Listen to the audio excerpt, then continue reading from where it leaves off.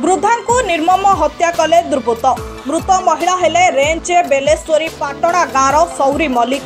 हत्याकांडर कारण अस्पष्ट थिबा कुहाजाउथुबा बेले हत्याकांड पछरे निशा कारोबार थिबा संदेह प्रकाश करिसेंती मृतकर पुओ और स्थानीय सरपंच।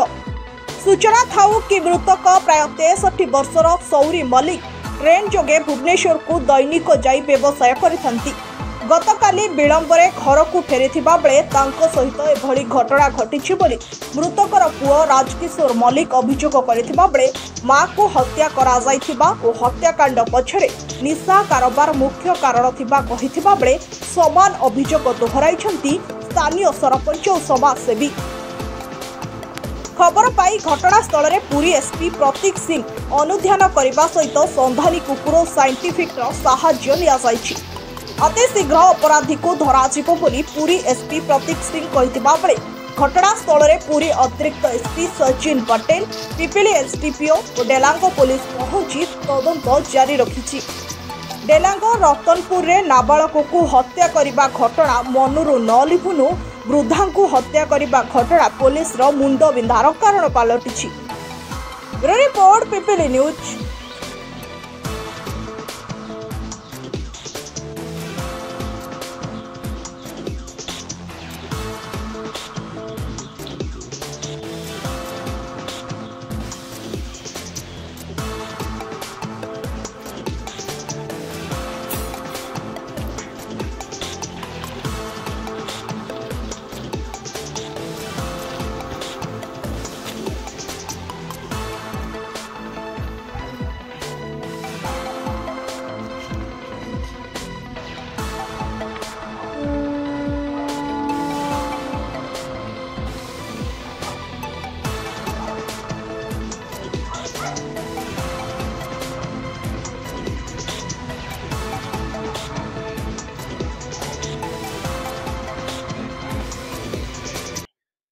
आज डेलांग थाना रे मॉर्निंग रे जने व्यक्ति जार नाम होछि राजकिशोर मल्लिक से आसिकी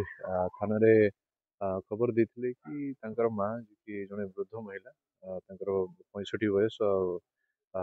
सी भुवनेश्वर रे डेली जीवासीवा करती और सेठी से किछि व्यवसाय करती तांकर गोटे पोखरी पाखरे आज से मॉर्निंग रे मृत देह से देखी बॉडी रे सिवियर इंजरी जहाँ तांको देखिकी तांको जाना पड़ला इमिडिएटली डेलांग आईसी और तांकर टीम एडी आसिके पहुँचले स्पॉट को गार्ड कराई इन्वेस्टिगेशन आरंभ कराई गोटे मर्डर केस हिसाब रे हमें ताको रजिस्टर करिछु। साइंटिफिक टीम और डॉग स्क्वाड को व्यवहार करा होछि और सीनियर ऑफिसर्स प्रेजेंट अछंती। हमें सबु दृष्टि केस को इन्वेस्टिगेशन करूछु कि को कारण पई ये घटना हेई पारे अति शीघ्र केस को इन्वेस्ट करिके डिटेक्शन करबा को हमें चेष्टा करूछु। सकाळू तो आज सकाळू ता पुओ जे कि राजकिशोर मल्लिक से मते फोन करथिले कहले जे एमते मो बो को जने के हाणे की दुर्गत पकई दैछंती मो भी घटनास्थल आसी पहुँचली से थाना आईएससी आसिक स्टाफ सहित पहुँची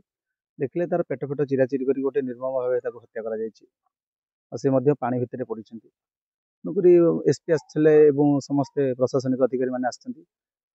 पुओ जे सी भी लिखित अभियोग देते तार भितर जहाँ कार्यक्रम कर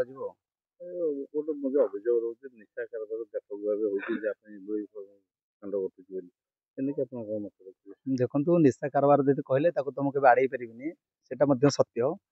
जे एठी बहुत निशा कारबार चली मो पंचायत भी निशा कारबार चली मुझे कहबी मो पंचायत निशा कारबार चलनी बोली ता भितर ये आप देखो ये जो आमर आस्का फटी विभिन्न प्रकार मुझे गत गणमाध्यम देखी जड़े पेपर वाला न्यूज करते से ओडतर भी आमर जोकनडुआ आमर बेलेश्वरी पाटना रेंच बेलेश्वरी पाटना एमती निशा कारबार चली से मुझे अनुभव करुच्ची भी चली आम जो लोकप्रतिनिधि अच्छु आम तत्पर ग्रहण करुचु आईआईसी डेला को अनुरोध करी निशा कारबार आगे बंद कर दिंतु जो फल ये जो निर्मम भाव जो हत्यारोप होची सी गोटे प्रमुख भूमिका निशा नहीं पारे मुझे अनुभव करुच्ची।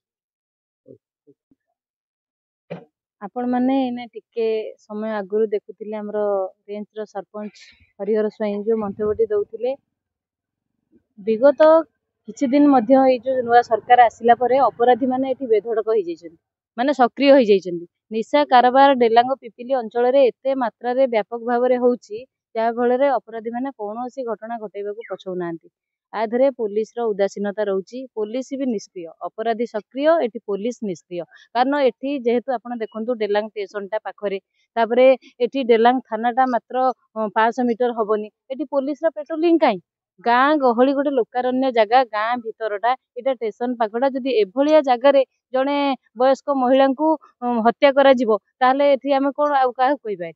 आसतिले एसपी महोदय आसतिले एडिशनल एसपी आसतिले समस्त आसतिले आपण को माध्यम रे आमे कहूछु जो भली भाव रे साधारण लोकंकर जन जीवन केमती सुरक्षित रहिबो धन सेटा ऊपर सरकार गुरुत्व दियंतु एवं स्थानीय प्रशासन मध्य गुरुत्व दियंतु आउ एठी स्थानीय प्रशासन विरोधी की जेमती आड़ैया को जाई एठी जो भली भाव रे कार्यक्रम करूचंती सेगुला केबे लोकलोचन रे ग्रहणीय होबनी तमे निशा कारबार होउची सरपंच स्वीकार कले साधारण लोक माने कहउचंती आस्का फटी पाउडर मद व्यापक भाव में चली जेहेतु यहाँ गोटे आमर डेलांग स्टेशन गोटे गुरुत्वपूर्ण बहन करुच्ची डेलांग जो मैंने व्यवसाय कर भुवनेश्वर जटणी पुरी आदि की सब जाऊँगी एभली जगह पेट्रोलिंग हवा निहाती दरकार खाली जीआरपी पुलिस आपंकर किसी कौन डेलांग पुलिस कर्तव्य नहीं डेलांग पुलिस केवल खाली दंडिया रखी खाली बाली गाड़ी माटी पथर जाऊँगी तारी उपर नजर रखिबो साधारण जनजीवन सुरक्षा कौन डेलांग पुलिस दायित्व नुह से आपण मान मध्यम आम कहूँ विरोधी नुह जहाँ साधारण जनता स्वर सरपंच जहाँ कहले एठी आमर जोकनोडिया हो रेंज पंचायत हो नुह डेलांग विभिन्न जो मेन जगह हाट डेलांग स्टेशन डेलांग एगुड़ाक पुलिस पेट्रोलिंग कड़ाकड़ी करा जाऊ आ जो निशार अबाध कारोबार होची ता उपरे लोक लगा जाऊ नहले खाली 60 वर्ष एठी खाली वृद्ध देखिले हबनी केही भी एठी सुरक्षित नाही आमे निश्चित भाव में परिवार को समवेदना जनाऊँ एवं एसपी महोदय तो आसते संगे आलोचना करमती दोषी विरुद्ध में दृढ़ कार्यानुष्ठान कराहब कारण दोषी कोड बम्बे दिल्ली आसिक जड़े लोक को मारबनी जेकोसी कारण हत्या कर तुरंत केमती दोषी धराई कठोर कार्यानुष्ठान ग्रहण कर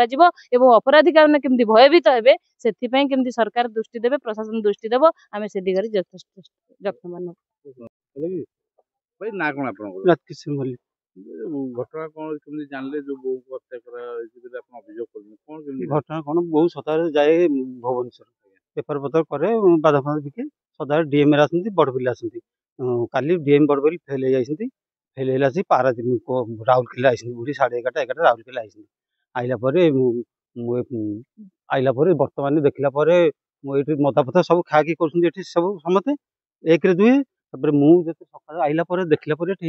बुढ़ीर ठेंगाटा पड़ी गोटे पिला धरिकी ठेंगाटा एपट सेपट करता मुझे देखी मुझे ठेंगाटा कौन कलर अच्छी मुठा लगी जो मुंडे जो मुठा रबर बांधती लगी एपट लगे से देखिली मो बोर तो आगे आगे गला चप्पल देखिली आगे आगे देखिले बुढ़ी पड़ी बो पड़ी नारे फोटा फोटा बाहरी पड़ी कौन करी आज्ञा एति आज्ञा मत नहीं दरकार आज्ञा आप बो के मार आज्ञा